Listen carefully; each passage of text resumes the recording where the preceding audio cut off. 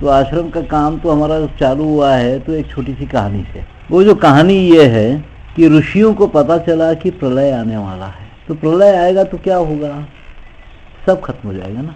तो ऋषि लोग बहुत जल्दी जल्दी सारी चीज़ों का बीज इकट्ठा किए और एक नाव में चढ़े। प्रलय आया, सारी धरती डूब गई और नाव बह गई। जब प्रलय शांत हुआ तो धरती जब बाहर निकली तो ऋषि लोग वही बीजों से फिर एक सृष्टि किए। ये पुराणों में कहानी है। तो फिर उसी से सृष्टि किए जिस सृष्टि में हम लोग रहते हैं। ये सृष्टि प्रलय के बाद फिर जो चालू की गई है उस सृष्टि में हम लोग रहते हैं। तो ठीक ऐसे ही हमको भी लगा कि एक प्रलय आया हुआ है, जिस प्रलय में यहाँ का सब कुछ खत्म हो जाएगा। भारतीय सभ्यता, भारतीय संस्कृति, भारतीय परंपरा, भारतीय विज्ञान, भारतीय विद्याएं, भारतीय व्यवस्थाएं, ये सब इस प्रलय में खत्म होगा। और वो प्रलय का नाम है पाश्चात्य विज्ञान। पाश्चात्य विज्ञान के नाम से जो प्रलय आया हुआ है उसमें यहाँ का कुछ बचेगा नहीं, ये सब खत्म हो जाएगा। तो हमको भी लगा कि ये सब खत्म होने के पहले पहले सारी चीज़ों का बीज इकट्ठा कर लिया जाए कि इस इलाके में हर चीज़ कैसे होती थी, हर चीज़ की अपनी व्यवस्थाएं क्या थी, इसको एक बार अध्ययन कर लिया जाए, इसको इकट्ठा कर लिया जाए पूरे से। तो उस हिसाब से हम लोग चालू हुए थे कि देखा जाए कि इस इलाके में लोहे से लेके कागज और काजल तक कैसे बनता था, ये सब कुछ कैसे बना लेते थे लोग। इस इलाके में बहुत लोहा बनता था, साल का 1 लाख टन लोहा बनता था, चंद्रपुर से लेके चेन्नूर तक। और निर्मल के पास जो दस्तूराबाद है, ये सबसे बड़ा मार्केट था उसका लोहे का। आज से 2000 साल पहले भी यूनान के लोग, ग्रीक के लोग यहाँ से बहुत लोहा खरीदे। इस लोहे को दमश्क बोलते थे। तो वहाँ जो दमश्कस जो शहर है वो इसी लोहे के नाम से पड़ा है। ये लोहा दुनिया भर में तलवारों के लिए मशहूर, आदिलाबाद का लोहा। वैसे लोहा तो हिंदुस्तान में हर जगह जगह जगह जगह बहुत बना है। मध्य प्रदेश में बहुत लोहा बना है, बंगाल में बहुत लोहा बना है, हर जगह बहुत लोहा तैयार किया है लोग। और लोहा तैयार करने की भट्टियाँ बहुत छोटी छोटी, ये सब एक पद्धति थी। तो लोहे से लेके काजल तक लोग कैसे बना लेते थे, ये सारी चीज़ों को हम लोगों को लगा कि इसको संभाल लेना चाहिए, क्योंकि अब ये सब विद्याएं खत्म हो जाएगी, इसका एक अध्ययन करना है। तो बात यह है, उसी चक्कर में हम लोग निकले, फिर ये सब देखना चालू किए, खूब घूम घूम के ये सारी चीज़ों की जानकारियाँ लेना है, देखना है, इसको जैसे बचा के रखना है रख सकते हैं। अब ये रहा शुरू से मेरे पास में ये रहा है कि धन, जन और साधन, ये 3 में से एक भी चीज़ मेरे पास नहीं रहेगी। न धन रहा, न लोग रहे, जन रहे, न साधन रहा। ये 3 के बिना ये सब चला है, समझो। ये तो अभी भी नहीं है। तो जन तो बहुत हो गए, मगर बाकी और सारी चीज़ें तो अभी भी नहीं है पास में। तो अध्ययन करने के लिए तो खैर इसकी जरूरत भी नहीं थी। क्या करना था, जाके जानकारियाँ ही लेना था ना। मगर रिकॉर्ड ये सब कर नहीं पाए, जो कर सकते थे, कर लेना चाहिए था, वो नहीं हुआ हमारे से। कुछ कोशिश भी की है मगर वो हुआ नहीं। तो ये है कि भारतीय सभ्यता, तो सभ्यता किसको कहते हैं, सभ्यता के मूल में क्या होता है, फिर संस्कृति किसको कहते हैं, परंपरा क्या है। सभ्यता के मूल में एक अर्थव्यवस्था होती है। जिस दिन वो अर्थव्यवस्था टूटती है वो सभ्यता खत्म। आज हम लोग कौन सी सभ्यता के लोग माने जाएंगे। और संस्कृति के मूल में हमेशा एक सौंदर्य दृष्टि है, और परंपराओं के मूल में एक ऐसा तत्व होता है, एक ऐसा परम तत्व जो दृश्य अदृश्य आगे की पीढ़ी को दिया जाता है। वो फिलॉसफी एक तत्व होता है, तो वो आगे की पीढ़ी को दिया जाता है, वो तत्व है, वो दृश्य अदृश्य किसी भी रूप में। सभ्यता एक अर्थव्यवस्था का नाम होता है, और वो एक अर्थव्यवस्था जिसमें सारे समाज को व्यवस्थित किया जाए कि ये समाज कैसे जीना है, हर एक की जीने की व्यवस्था की जाती है। तो वो एक सभ्यता है। मैं मोटे में तुम लोगों को बताता हूँ कि गुजरात में साड़ी बांधी जाती है, महाराष्ट्र में साड़ी बांधती है औरतें, तेलंगाना में साड़ी पहनती है, बंगाल उड़ीसा में साड़ी बांधती है, बंगाल में साड़ी बांधती है। एक बिना सिया हुआ कपड़ा सारी औरतें बांधी है ना, लपेटी। अगर इनको सबको एक लाइन में खड़ा कर देंगे तो हम बोल सकते हैं कि ये बंगला है, ये ओडिया है, ये तेलंगाना की है, ये महाराष्ट्रियन है, ये गुजराती है। कैसे बोल सकते हैं? यहाँ पे साड़ी सभ्यता है जो सबके लिए समान है। साड़ी बांधने का वो ढंग अपने प्रकृति, पर्यावरण, अपने कामों पर आधारित, उसको इस्तेमाल करने का जो ढंग है वो संस्कृति है।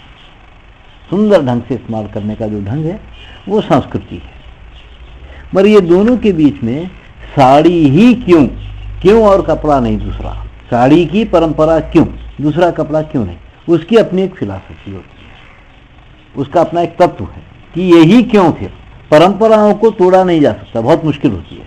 परंपरा नियम नहीं है, नियम बदले जा सकते हैं, परंपराओं को बदलना बहुत मुश्किल होता है, क्योंकि उसके पीछे एक फिलॉसफी है, एक तत्व है। तो संस्कृति के मूल में हमेशा एक सौंदर्य दृष्टि रहती है। अपनी चीज़ों को इस्तेमाल करने का जो ढंग है, कैसे करना है, अपने प्रकृति, पर्यावरण के साथ में सामने करके जो जीने का ढंग है वो संस्कृति है। मगर एक चीज़ ये होती है कि सभ्यता में बहुत बड़ी भूमिका उस समय की जो टेक्निकें हैं, जो विद्या है, उसकी होती है। अभी जैसे है हमारे पास की जो कारागिरी थी बहुत छोटी थी, बहुत छोटे कारखाने, बहुत छोटे थे।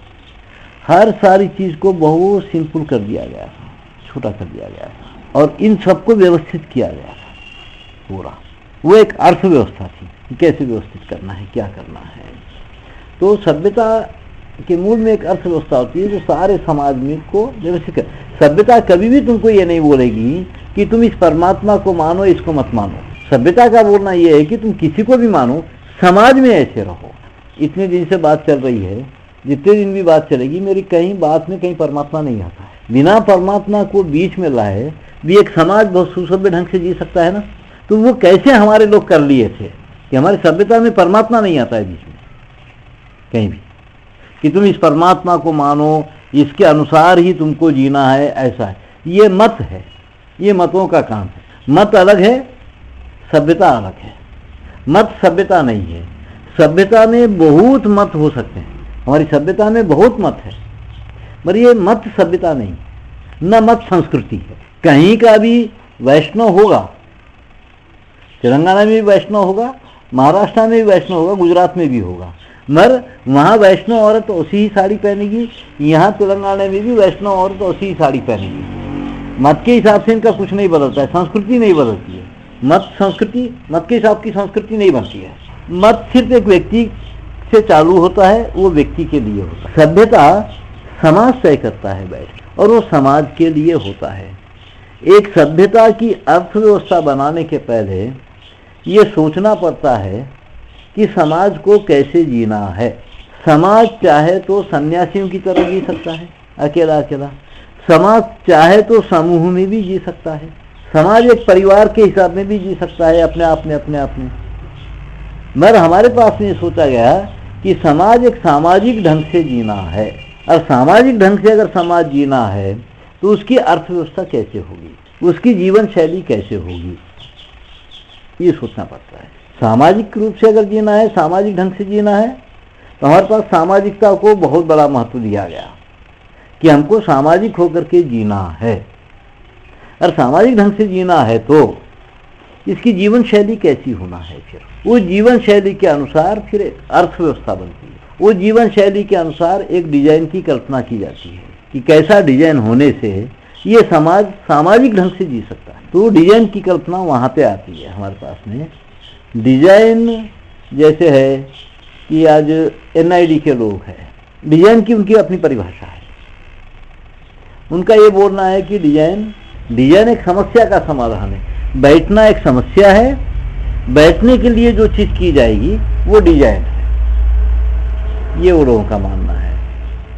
और कई लोगों का ये मानना है कि डिजाइन रोजगार पैदा करने वाली मशीन है। आज ये माना जाता है कि जिसको जितना ज़्यादा डिजाइन आएगा वो उतनी ज़्यादा कमाई करेगा। ये भी एक परिभाषा दी गई है। कई लोगों का बोलना ये है कि डिजाइन सहूलत का नाम है, हर एक को जो सहूलत दी जाती है वो डिजाइन है, ये बोलते हैं। सुना हूं मैं लोगों से, बहुत सारे लोगों से।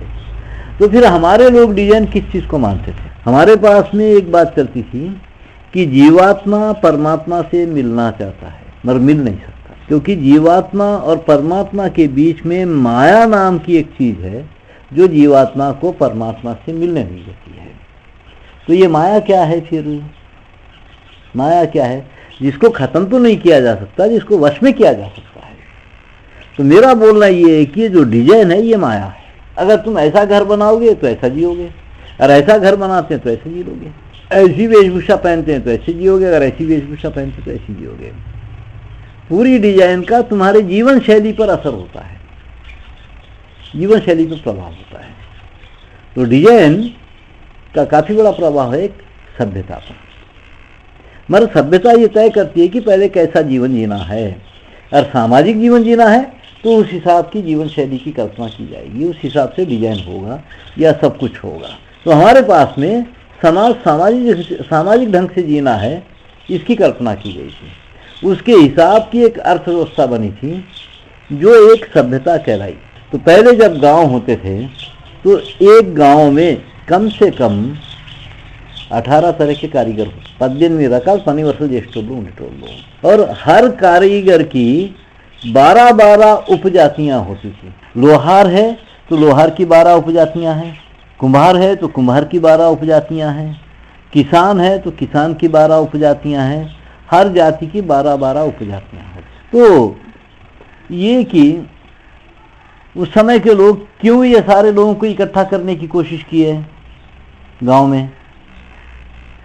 उस समय के लोगों का मानना ये था कि दुनिया हमारा गांव नहीं है, दुनिया हमारा गांव कभी नहीं हो सकता, हमारा गांव हमारी दुनिया बन सकता है। हम अपने गांव को अपनी दुनिया बनाना है। दुनिया में जितनी चीजें तैयार होती है वो हम अपने गांव में क्यों नहीं कर सकते, क्यों नहीं बना सकते भाई? वहां भी बनाने वाला आदमी है, यहाँ भी आदमी है ही है, तो हम क्यों नहीं कर सकते हैं? दुनिया में जितनी चीजें बनती है वो हमारे गांव में बनना चाहिए।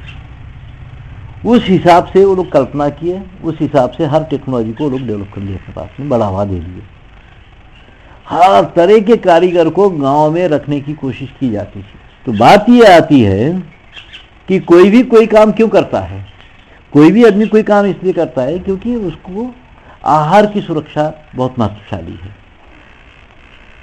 कोई काम करने के पहले वो आदमी ये देखता है कि जो काम मैं करने वाला हूं, इस काम में मैं और मेरा परिवार आसानी से जिंदगी काट सकता है या नहीं।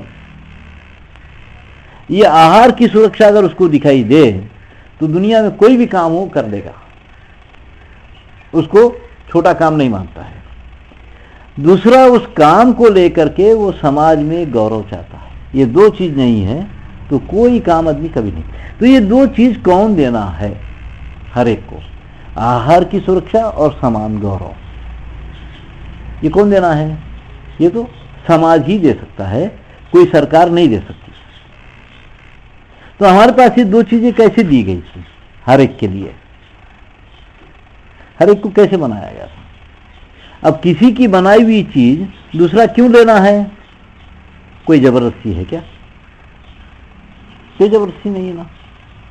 जरूरत है तो कोई चीज लेगा, या कोई चीज सुंदर दिखाई दे तो लेगा, उसके बिना लेता नहीं। जरूरत है तो लेगा, या सुंदर है तो लेगा, उसको सुंदर दिखाई देना चाहिए तो कुछ भी कीमत लगा के देगा।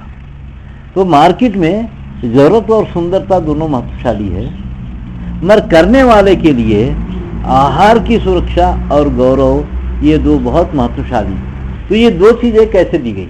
क्योंकि आज क्या हो रहा है कि आज कश्मीर से लेकर कन्याकुमारी तक कोई भी एक आदमी अपने गांव में अपने घर में रह करके नहीं जी पा रहा है। हर एक को जीने के लिए बाहर निकलना पड़ रहा है।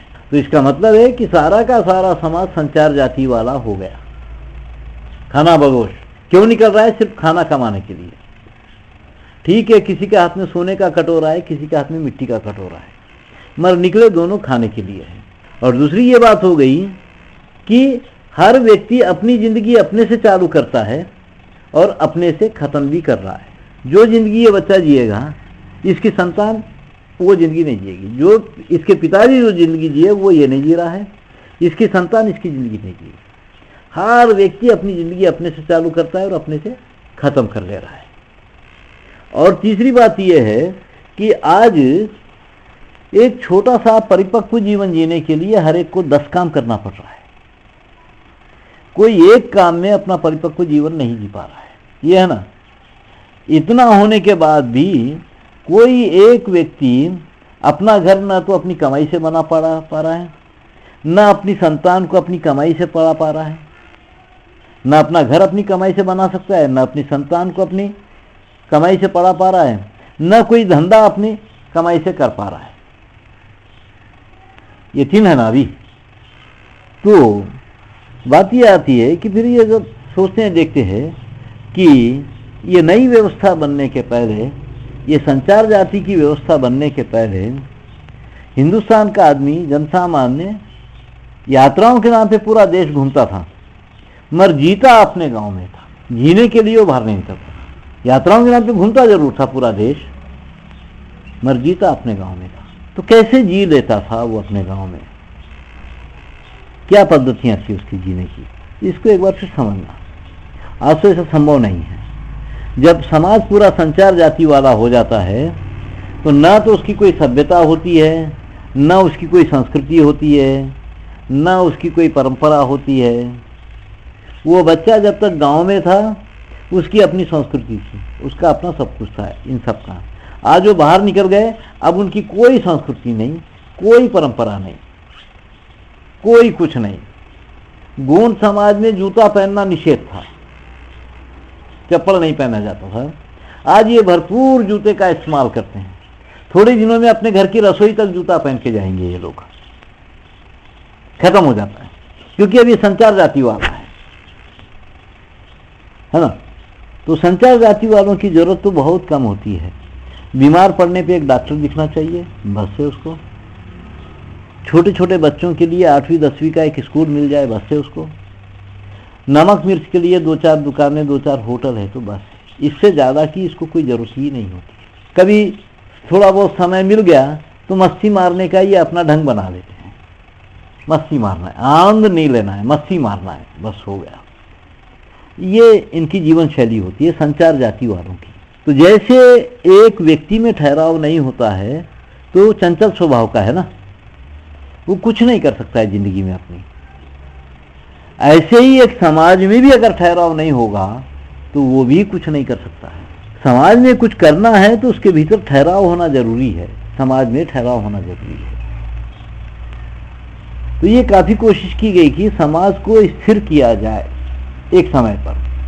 स्थिर होकर के जब जीते हैं तो बहुत कुछ होता है, बहुत सारी चीजें पनपती है उसमें, नहीं तो सारी चीजें खत्म हो जाती है। अब तुम है कहीं जाकर के जी रहे हो, ये बच्चा कहीं जाके जी रहा है, इसको क्या चीज की पड़ी है। बहुत महाराष्ट्र के या आंध्रा के लोग यहाँ आके जीते हैं। आंध्रा के लोग यहाँ बहुत है। यहाँ एक श्रावण मास की अमावस्या को एक बैलों की पूजा होती है, पोलाल। ये खड़े रहते हैं, क्या है भाई, बैलों की पूजा कर रहे, ये पोलाल फंडुगा है, यहाँ ऐसा ये हमारे पास नहीं है, वो नहीं करेगा। फिर वहां का कोई त्योहार यहाँ करता है क्या? नहीं करता। हमारे कौन लोग है बोलता वहां का त्योहार करने के लिए, है ना। तो इसकी संतान कोई भी त्योहार नहीं करती, ना वहां का ना यहाँ का। तो संचार जाति वाले समाज में ऐसा सब कुछ होता है। तो हमारे पास में जो लोग यात्राओं के नाम पर देश भर घूमते थे मगर जीते अपने गांव में थे, तो कैसे जी लेते थे? मट्टी खा के तो नहीं जी, है ना। वो भी अन्न खाए हैं, वो भी सोना पहने हैं। आज से बहुत ज्यादा सोना पहने हैं ये लोग। हमारे घर पर एक रेड्डी साहब किराए से रहते थे, साया रेड्डी, महबूब नगर के थे। तो उनकी बीवी को दुख आता था। महबूब नगर के पास कहीं वो दीवान थे किसी के पास में, तो उनको बड़ा दुख आता था कि हमारी अम्मा हमको 30-30 किलो सोना तोल के दी 30 किलो सोना तोल के दी हमारी बहनों को, और हम हमारी बच्चियों को 3-3 किलो भी सोना नहीं दे पा रहे हैं। तो उसको बड़ा दुख आता था कि 3 किलो सोना, मेरे को कम से कम, उसकी 3 बच्चियां थी, एक एक को 3-3 किलो सोना देना है। ये मेरा आदमी तो बर्बाद कर दिया है काफ़ी पैसा। तो अब 10 किलो सोना है तो 3-3 किलो दे के 1 किलो मैं अपने पास रखूंगी।